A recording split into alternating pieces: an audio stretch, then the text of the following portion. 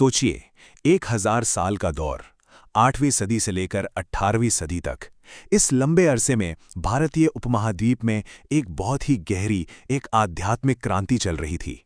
ये सिर्फ पूजा पाठ के तरीके बदलने की बात नहीं थी, नहीं, ये तो विचारों की, कविता की और संगीत की एक ऐसी जबरदस्त लहर थी जिसने समाज की बुनियाद को हमेशा हमेशा के लिए बदल दिया।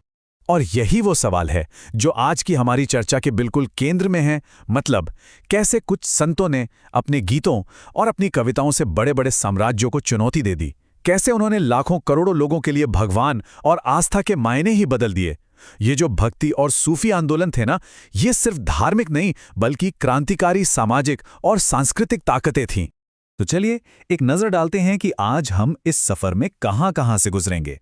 पहले हम बात करेंगे नए विश्वासों के समय की, फिर चलेंगे भक्ति की दक्षिणी लहर को समझने। इसके बाद सूफीवाद के रहस्यमय मार्ग को जानेंगे और देखेंगे कि जब दो धाराएं मिली तो क्या हुआ। और आखिर में हम इन संतों की स्थायी विरासत पर गौर करेंगे। तो हमारी कहानी की शुरुआत होती है 8वीं सदी के भारत से। जरा सोचिए, एक ऐसी जमीन जहां तरह तरह की धार्मिक मान्यताएं, पूजा पाठ के तरीके सब एक साथ मौजूद थे। और इसी मिले जुले माहौल में कुछ नए और बिल्कुल क्रांतिकारी विचारों के बीच पनपने के लिए जमीन पूरी तरह तैयार हो रही थी। अच्छा, इस दौर को समझने के लिए ना एक कॉन्सेप्ट बहुत जरूरी है, महान और लघु परंपराएं। देखिए, एक तरफ थी महान परंपरा, मतलब वेदों और शास्त्रों वाली, जो बड़े बड़े पंडित और राजा महाराजा मानते थे। और दूसरी तरफ थी लघु परंपरा, यानी आम लोगों की, गांव-गांव की अपनी देवी देवता, अपनी कहानियां, अपने रीति रिवाज। और मजा यह है कि आगे चलकर इन्हीं दोनों परंपराओं के मेलजोल से नए आंदोलन खड़े हुए। अब भक्ति आंदोलन के अंदर भी दो बड़े रास्ते थे। एक था सगुण भक्ति का रास्ता। सगुण मतलब गुणों के साथ। यहां भक्त भगवान को एक रूप में देखते थे, शिव, विष्णु, देवी, जिनकी मूर्तियां हैं, जिनकी कहानियां हैं। और इसके ठीक उलट दूसरा रास्ता था निर्गुण भक्ति का।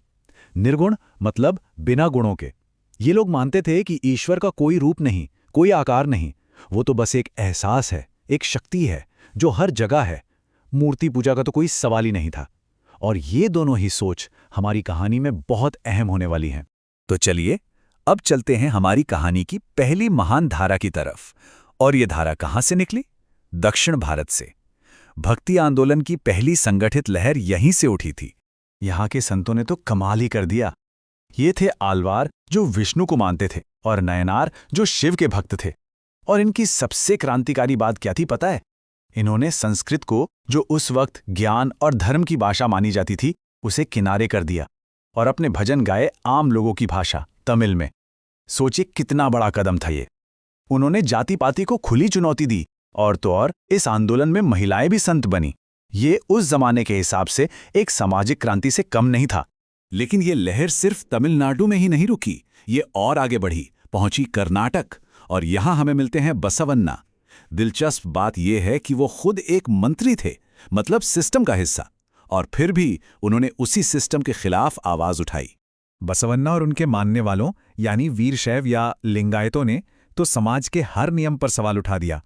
पहला, उन्होंने कहा ये जाति वाति कुछ नहीं होती, सब बराबर हैं। दूसरा, उन्होंने उन रिवाजों को चुनौती दी जो औरतों के खिलाफ थे और विधवा पुनर्विवाह का समर्थन किया। और तीसरा, उन्होंने पुनर्जन्म के कॉन्सेप्ट को भी नकार दिया। उनका मानना था कि भक्त मरने के बाद सीधा शिव में मिल जाता है, कोई दोबारा जन्म नहीं, मतलब पूरी तरह से एक नया नजरिया। तो ये तो थी हमारी पहली धारा, भक्ति की। अब कहानी में एक और बड़ी धारा आकर मिलने वाली है। जब भारत में इस्लामिक शासन आया तो वो अपने साथ सिर्फ तलवारें और सल्तनतें नहीं लाया, वो लाया इस्लाम का एक बेहद खूबसूरत और रूहानी पहलू, जिसे हम सूफीवाद कहते हैं। तो ये सूफीवाद या तसव्वुफ है क्या चीज़? देखिए, इससे आप इस्लाम का एक ऐसा रास्ता समझ सकते हैं जो नियम कानून से ज्यादा रूहानियत यानी स्पिरिचुअल एक्सपीरियंस पर जोर देता है। सूफियों के लिए ईश्वर से सीधा पर्सनल कनेक्शन बनाना ही सब कुछ था। वो कुरान को अपने दिल के अनुभव से समझते थे, ना कि सिर्फ किताबी ज्ञान से। सूफियों की एक अपनी ही दुनिया थी। उनके आश्रम होते थे, जिन्हें खानकाह कहते थे। यहाँ उनके गुरु यानी शेख या पीर उन्हें रास्ता दिखाते थे। गुरु से शिष्य का ये रिश्ता एक सिलसिला कहलाता था, मतलब एक चेन की तरह जो टूटती नहीं थी और जब कोई महान पीर इस दुनिया से चले जाते तो उनकी मज़ार यानी दरगाह लोगों के लिए एक पवित्र जगह बन जाती थी।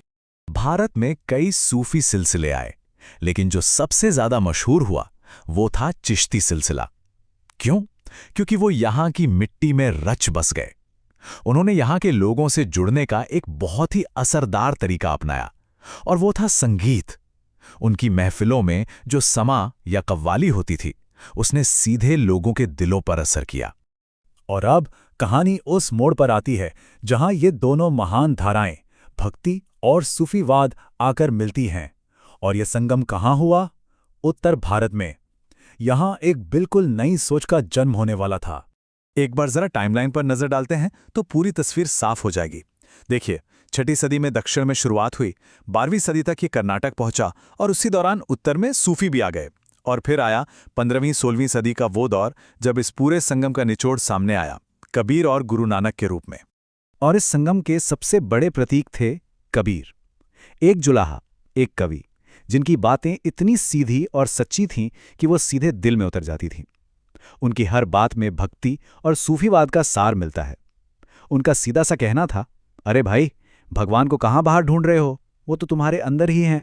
कबीर किसी एक धर्म के होकर नहीं रहे। उन्होंने हिंदू और मुसलमान दोनों के दिखावों पर जोरदार चोट की।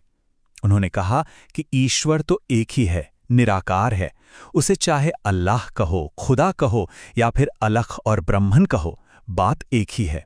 उनका संदेश साफ था, इन बाहरी लेबल्स को हटाओ और अंदर की सच्चाई को देखो। ठीक उसी दौर में जब कबीर ये संदेश दे रहे थे, पंजाब की धरती पर भी ऐसी ही एक आवाज गूंज रही थी। ये आवाज थी गुरु नानक देव जी की। उन्होंने भी उसी एक निराकार ईश्वर की बात की और एक नए रास्ते की बुनियाद रखी। गुरु नानक जी का रास्ता भी निर्गुण भक्ति का था। उन्होंने कहा, ये जो बाहरी कर्मकांड है, तीर्थ यात्राएं हैं, जाति पाति का भेदभाव है, ये सब बेकार है। रास्ता तो बहुत सीधा है, बस उस एक परमात्मा का नाम जपो, उसका ध्यान करो। और उन्होंने अपने बाद गुरुओं की एक परंपरा शुरू की, जिससे आज हम सिख धर्म को जानते हैं। तो सवाल ये है कि इन संतों ने हमें विरासत में क्या दिया? उनका असर आज भी क्यों महसूस होता है? ये धारा रुकी नहीं, ये बहती रही। और इसका एक जबरदस्त उदाहरण है मीराबाई। सोचिए, एक राजपूत राजकुमारी जिसने महलों का ऐशो आराम, समाज के बंधन, सब कुछ छोड़ दिया सिर्फ कृष्ण के प्रेम के लिए। ये भक्ति की ही तो ताकत थी। तो कुल मिलाकर देखें तो इन संतों की विरासत बहुत गहरी है। उन्होंने हमारी अपनी भाषाओं जैसे हिंदी, पंजाबी, तमिल को साहित्य से भर दिया, संगीत और कविता को एक नई जान दी। समाज में बराबरी की जो आवाज़ उन्होंने उठाई, वो आज भी हमें प्रेरणा देती है। और सबसे बड़ी बात, उन्होंने हमें सिखाया कि अलग अलग रास्ते भी एक ही मंजिल तक जा सकते हैं और एक दूसरे से सीखा जा सकता है। तो चाहे वो दक्षिण के तमिल भजन हो या उत्तर की सूफी कवालियाँ, इन सभी संतों ने मिलकर प्यार और इंसानियत का एक ऐसा ताना बाना बुना जो आज भी हमारी संस्कृति का सबसे खूबसूरत हिस्सा है। और ये हमें आज के लिए एक बहुत ज़रूरी सवाल पर लाकर छोड़ देता है। आज अब हम धर्म और पहचान के नाम पर इतनी लकीरें खिंची हुई देखते हैं, तो क्या हम इन संतों से कुछ सीख सकते हैं? वो संत जिन्होंने हर लकीर को मिटाकर हर इंसान के अंदर बस एक ही रूहानी रोशनी को देखा था। सोचने वाली बात है ना?